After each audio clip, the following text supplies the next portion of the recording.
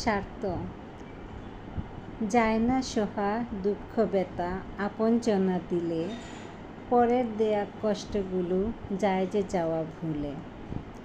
আপন মানুষ পর হয়ে যায় স্বার্থের বেড়া জালে, কারণ ছাড়া নেয় না খবর বর্তমান এই কালে। সুসময়ে অনেক মানুষ ভ্রমর সেজে আসে, মধুর নেশায় মাতাল হয়ে থাকবে তোমার পাশে। স্বার্থ যখন ফুরিয়ে যাবে পকেট তোমার খালি, উপকারের সুফল পাবে পেছন হতে গালে। সুবিধাভোগী দ্বিমুখী সাপ চতুর লোকে বলে, আমি তো ভাই তুলসী পাতা নেই স্বার্থের দলে। স্বার্থবিহীন অর্থকথা যায় না এখন শোনা, স্বার্থ ছাড়া মানুষগুলো হাতেই যাবে গোনা। কবিতাটা মানে ছড়াটা কি লইছে আপনারা কমেন্ট করে জানাইবা। তো ছড়াটা যদি ভালো হয় আমি লেখকের নাম আপনারা পরবর্তী মানে ভিডিওত কইম। তো আরেকটা একই লেখকের আরেকটা মানে ছড়া আমি শোনাই আপনারা। হালাল হারাম।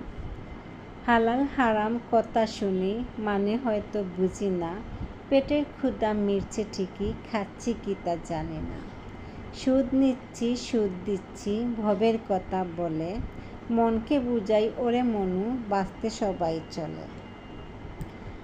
আয় রোজগার জিকির করি পন্থা হালাল হারামে, হালাল রুজি বরকতময় কাটবে জীবন আরামে।